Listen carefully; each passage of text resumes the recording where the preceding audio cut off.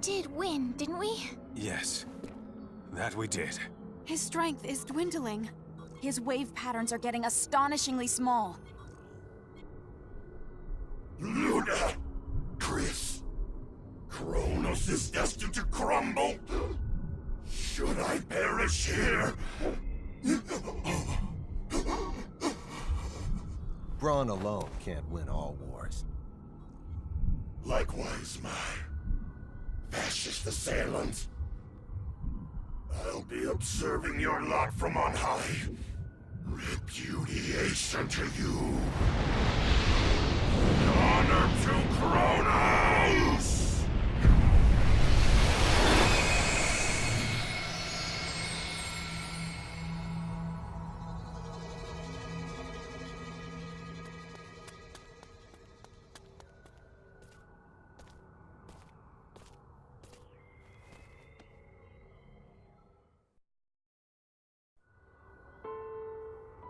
Fidel, thanks a lot. I didn't back down at all. I did all I could. Me and Relia. Yeah. You prevailed. Promise you will. Look after my baby sister? I certainly do.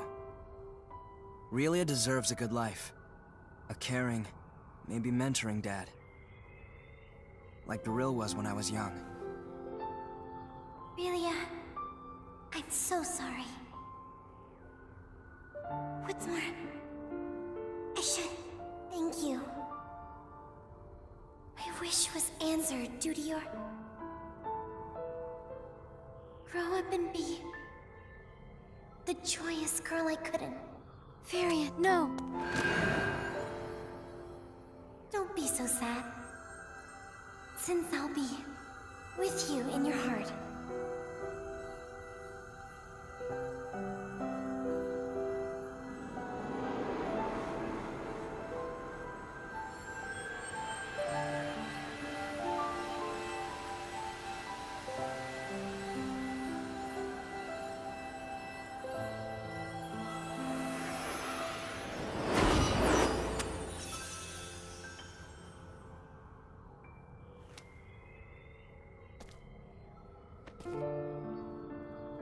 Don't be so sad.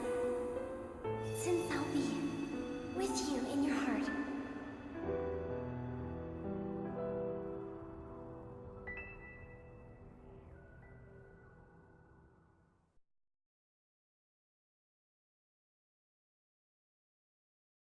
Captain's log. Space date, November 7, 537. Our mission in the Faithlessness system has concluded. With the death of its leader, General Alma, the rebellion collapsed in upon itself. As the coup d'etat ended in abject failure, the Kronos government was able to regain its authority.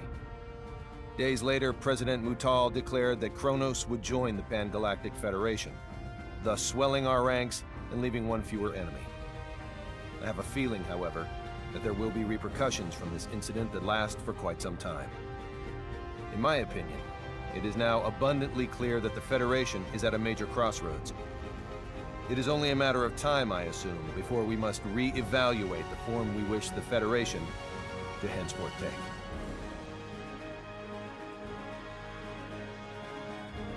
Kronos was officially inducted into the Pan-Galactic Federation, and while the Kronos incident that engendered the Alliance was certainly noteworthy, it was not the only seminal event of Space Date 537. The year also became known for various progressive reforms, which would serve as defining points of Federation policy for years to come.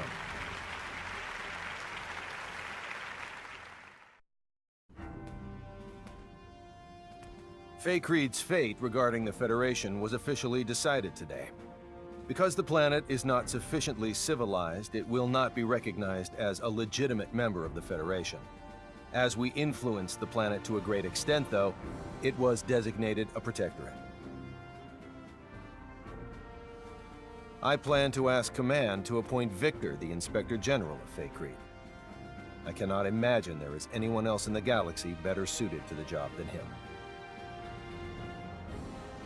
Now that I mention one Faithlessian, I should probably record what happened to the rest. Everyone involved in the incident immigrated to Earth. After all they'd experienced of the outside world, we couldn't simply let them return to an underdeveloped planet. Besides, they unanimously decided to come of their own accord, which is what I was hoping for anyway.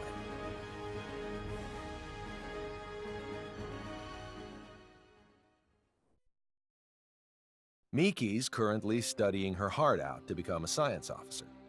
According to Anne, she's got a real knack for this sort of thing. Already understanding the basics of symbology doesn't hurt either. If there's anything that holds her back, though, it's reading and writing.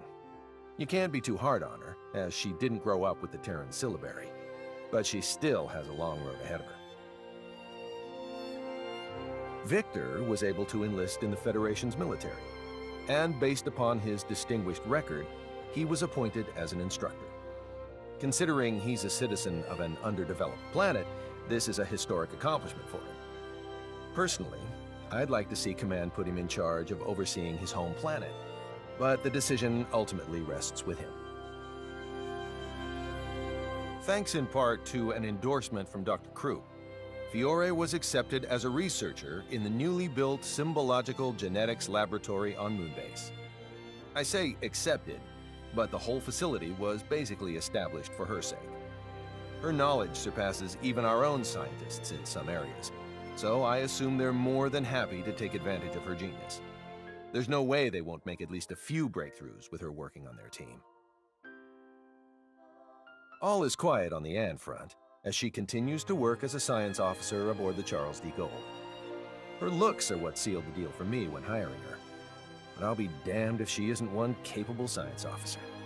Once I'm finally given my new assignment, I won't hesitate to bring her along. As for me, the myriad and valiant deeds I performed in quelling the Kronos Rebellion earned me a promotion. Nothing's official yet, but word around the water cooler is that I'll become an admiral. To think, me, with my own fleet. What's more, the ship they'll assign me won't be any ordinary one. It'll supposedly be equipped with some rather snazzy technology, of an experimental and gravitic warp kind. I guess this goes to show, you can't make an omelet without breaking a few rules.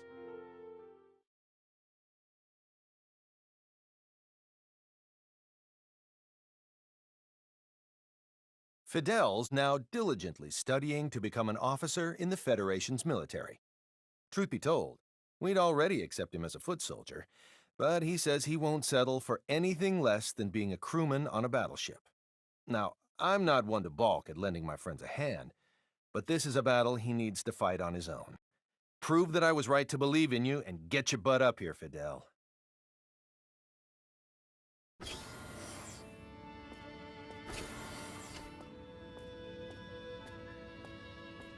Hey there. Your snack's ready. Excellent. Be there when this is done. You'll burn out studying like that. Miki, you barely try at all. I bet you'll never transcend Emerson or Anne like that. What about just being your wife? What did you say? Nothing. Nothing important. I said we should both try our hardest. Yeah, let's. Great. Finished. I'll take that snack now.